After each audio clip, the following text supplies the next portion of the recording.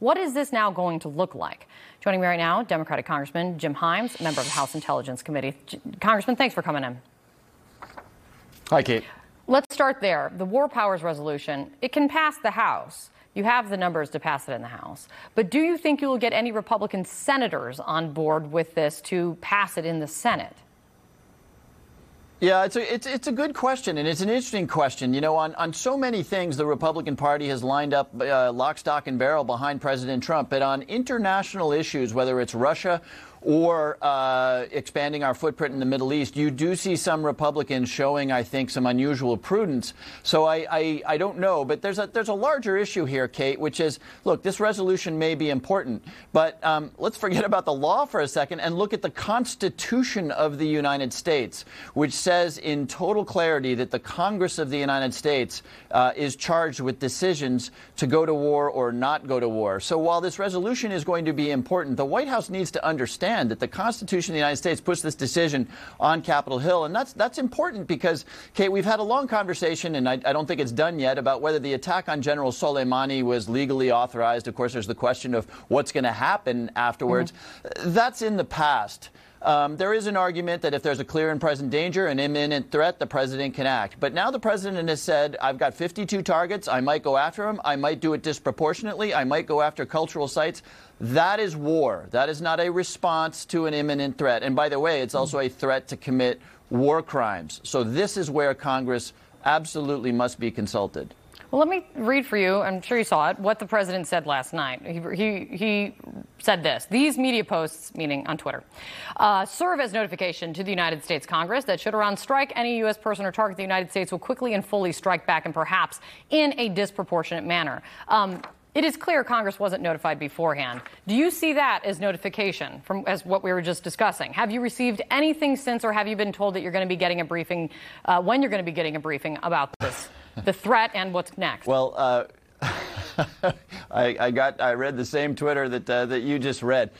Look, there's a couple things going on here. Number one, this is the president showing disdain for the Congress, and you shouldn't show disdain for the Congress. By the way, the Senate, of course, is a Republican-controlled branch of the Congress. So no, a tweet does not serve the purpose. But again, let's come back to first principles here. Notification is one thing.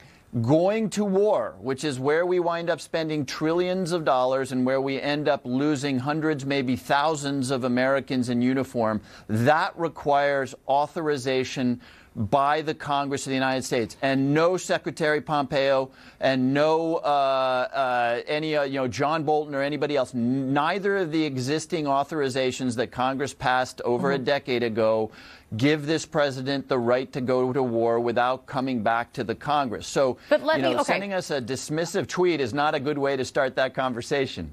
I hear you saying that, but then let me play you what top counselor to the president, Kellyanne Conway, just said this morning about informing top members of Congress of the attack. Let me play this. But again, a lot of people just like to head straight to the cameras. Could you imagine telling the chairman of the Intel Committee, one Adam Schiff, that this was going to happen? Could you imagine? The man goes to bed with his earpiece and microphone on. I know that this is looking back one more time as you're talking about looking forward, but she is saying the Democrats cannot be trusted. Kellyanne Conway is what I take from that is she says that's one reason why Congress wasn't informed, is because you can't be trusted. I hope that you play that clip over and over and over again, because it is Kellyanne Conway showing in a very specific way her disdain for the laws of the United States of America. The laws say that Congress will be informed. And I understand that Kellyanne Conway doesn't think much of Adam Schiff, because Adam Schiff has, of course, exposed her boss's unlawful activity. But we are a nation of laws, Kate, and just because I want to drive at 90 miles an hour down the highway because I'm late to somewhere doesn't mean I get to do it because I happen to think it's important to do so. There's lots of police officers out there who might want to, rough up a suspect a little bit to try to get a confession. We don't do that because it's against the law. So again, just because Kellyanne Conway doesn't like Adam Schiff does not mean that she and the administration that she serves get to ignore the law. And what you just heard was Kellyanne Conway saying, because I don't like a guy in the Congress, I think we should break the law. let's see what it means. Let's see what it means going forward, quite honestly. It's going to be a very critical week. Congressman, thank you for coming in. We'll be right back. I'm always in competition with myself. What can I do better? So it's really, really important.